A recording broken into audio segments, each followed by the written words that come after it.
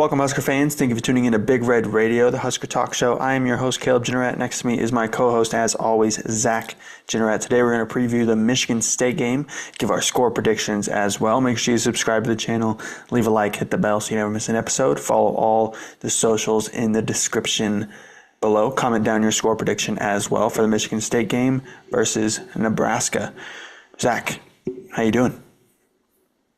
Good. Out of the bye week. I think ready to go for this week. I think looking at the future schedule, I think it looks more favorable than I thought because, obviously, USC doesn't look as good as we thought. Maybe Minnesota was one that I picked us to lose going into the year, but looking at it now, I'm not sure they're as good as we thought either. Obviously, UCLA is very bad. Iowa's not as good as we thought. So, as crazy as 10-2 sounds, right? You have to play pretty much perfect to get there. Right. But I think if you do get there, at least, New Year's Six contention. Yeah, definitely. Sure. And it depends on which would be massive.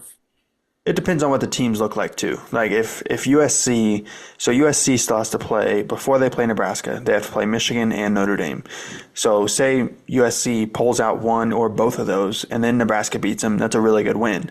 Or say we lose to USC, but Penn State is a top 10 team and we pull that upset, and maybe a team like we'll see if Maryland is ranked next week. I doubt it.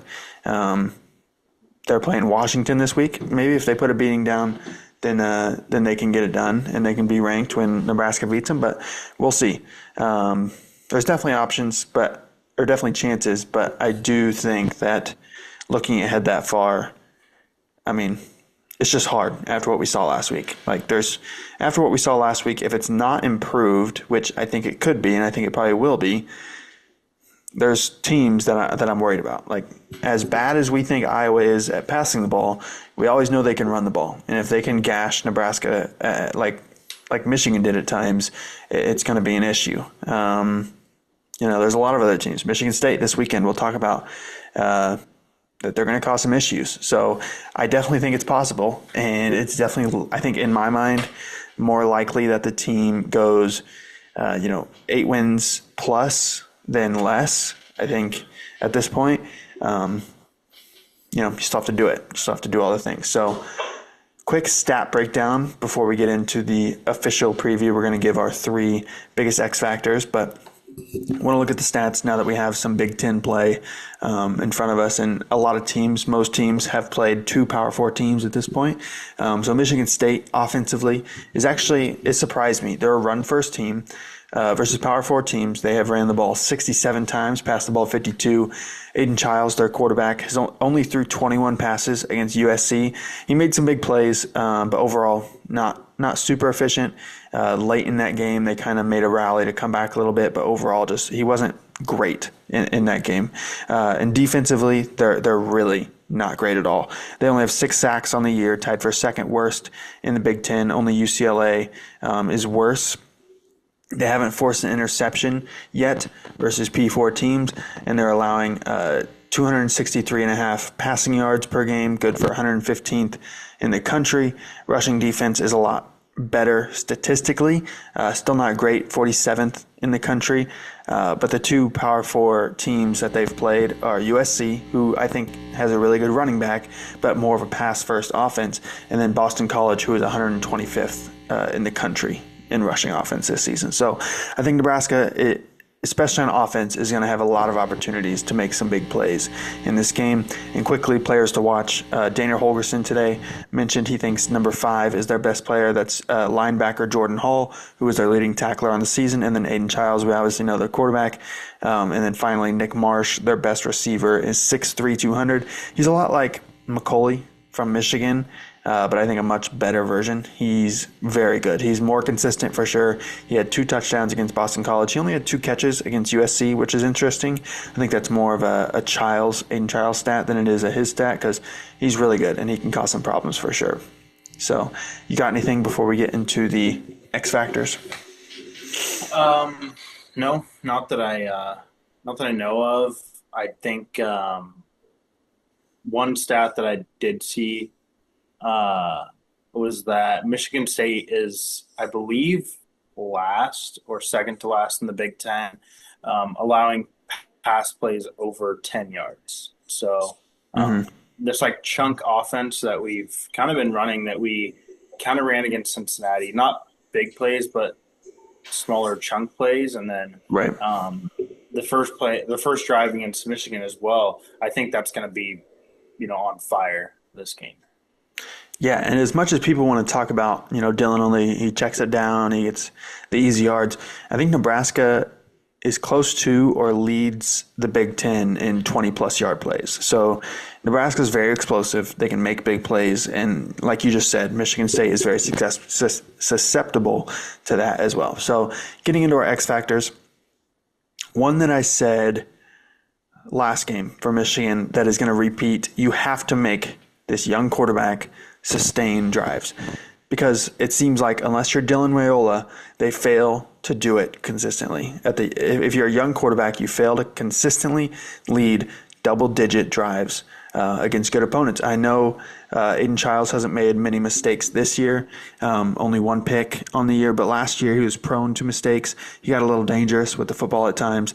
This will be big on the secondary, and this will be the best secondary that I think he plays all year. I think if you force him to be methodical, he's going to press a little bit. He's going to struggle against Power 4 teams. Boston College, one of the teams who lost to Stanford, by the way, so I don't want to act like they're some crazy good team.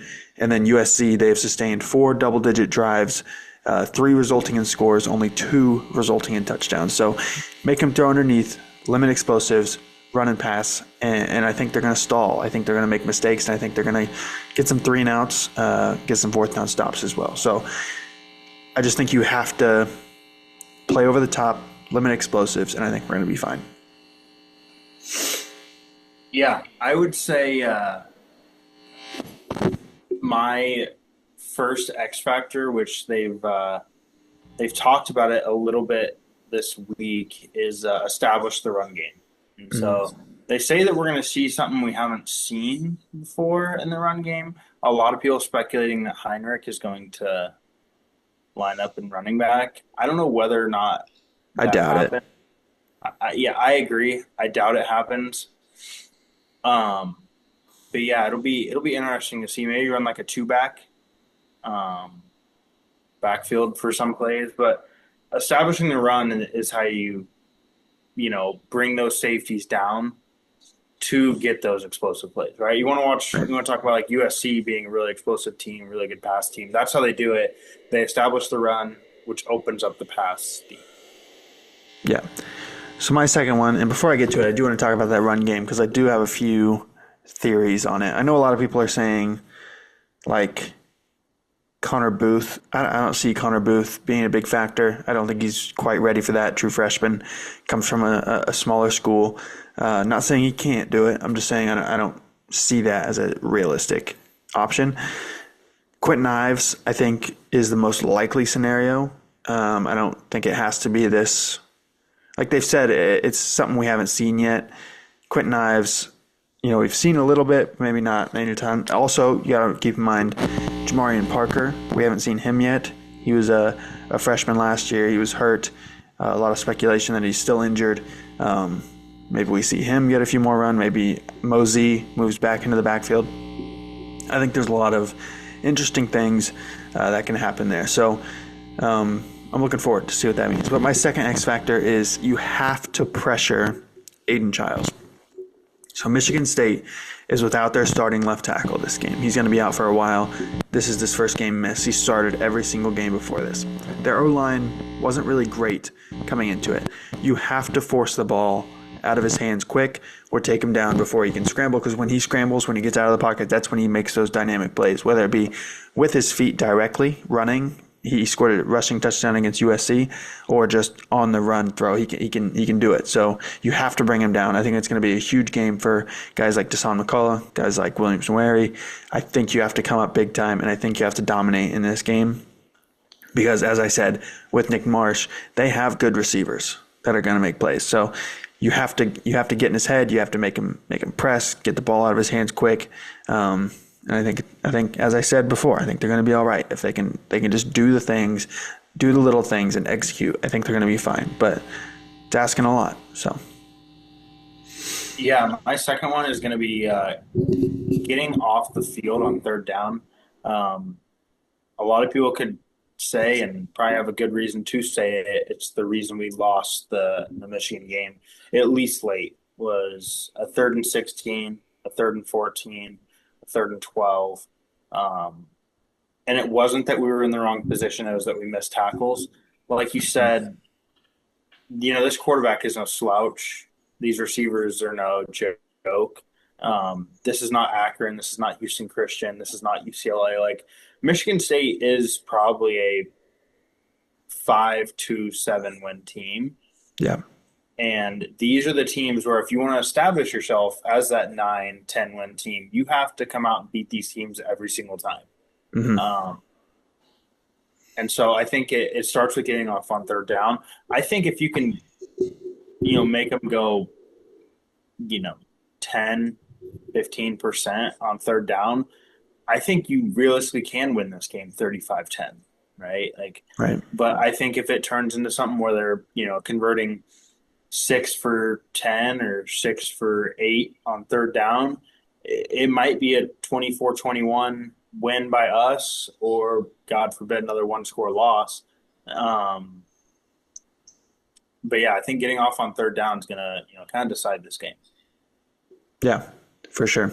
My last one, and it kind of piggybacks off of what you said. You have to win on early downs. I think you have to, on both sides of the ball. So on offense, you have to get into manageable situations, 2nd and 4, 3rd and 1. Once you get into 3rd and longs, that's when, you get into those obvious passing downs. That's when teams like Michigan can just tee off on you. They can send their rushers just as soon as the ball snapped. They're not even worried about the run. They're going straight for the quarterback. And that's when you allow those big sacks to happen. And then on the flip side, on defense, you have to stop them on early downs, force them into 2nd and 9s, force them into 3rd and 7+. You have to get them into those, obviously, passing downs, because their offensive line is not going to hold up very well, especially not as long as Michigan's did. So if you get to them early and you stop them on first down, which I think they did a pretty good job at against Michigan. So I think if you just repeat that and don't allow explosive runs or explosive pass plays, I think you're going to be fine. So, like I said, you got to tee off against this offensive line that I think is below average, especially in Big Ten standards. And the way to do that is to get them in those 3rd and longs. Yeah, my final one is going to be protecting the quarterback. Michigan State certainly isn't, some award-winning defensive line, but at the end of the day, they play in the Big Ten.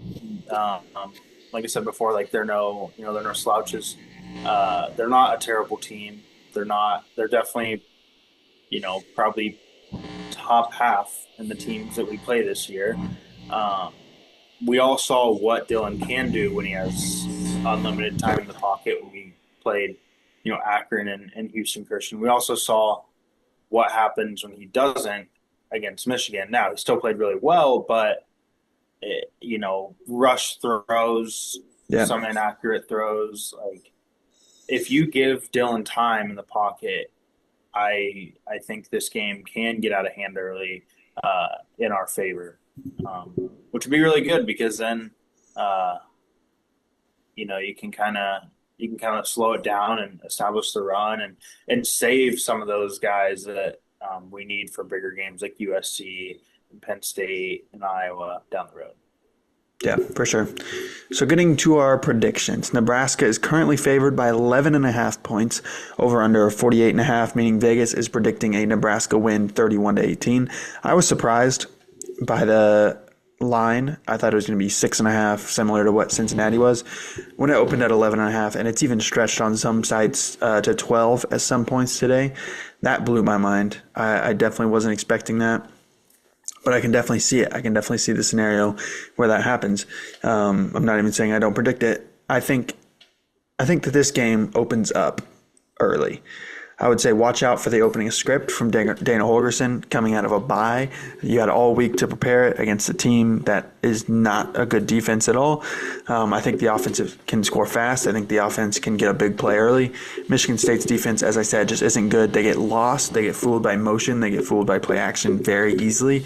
So a big shot over the top, a big shot over the middle is definitely on the table. And then I think they can get after Childs early. Left tackle missing. I think whether it be communication issues, this is a home game, so I think there could be some false starts. If you get them into 1st and 15, 1st and 20, 2nd and 15, you're setting yourself up to get them in those 3rd and longs. And that's where you tee off, get a stop there. Nebraska jumps on them again. I think Nebraska jumps out early, as I said, and I just kind of think they continue it. I think Michigan State is too talented for a team like Nebraska to shut them out right now. So I think they score late. I think they score a little bit late, but I think Nebraska wins 35-17, and I think that would be they would cover for sure, and I think that would be the over, right? 40, yeah. So that the over would hit, and they would cover as well. Yeah, pretty crazy. That was going to be my score prediction as well.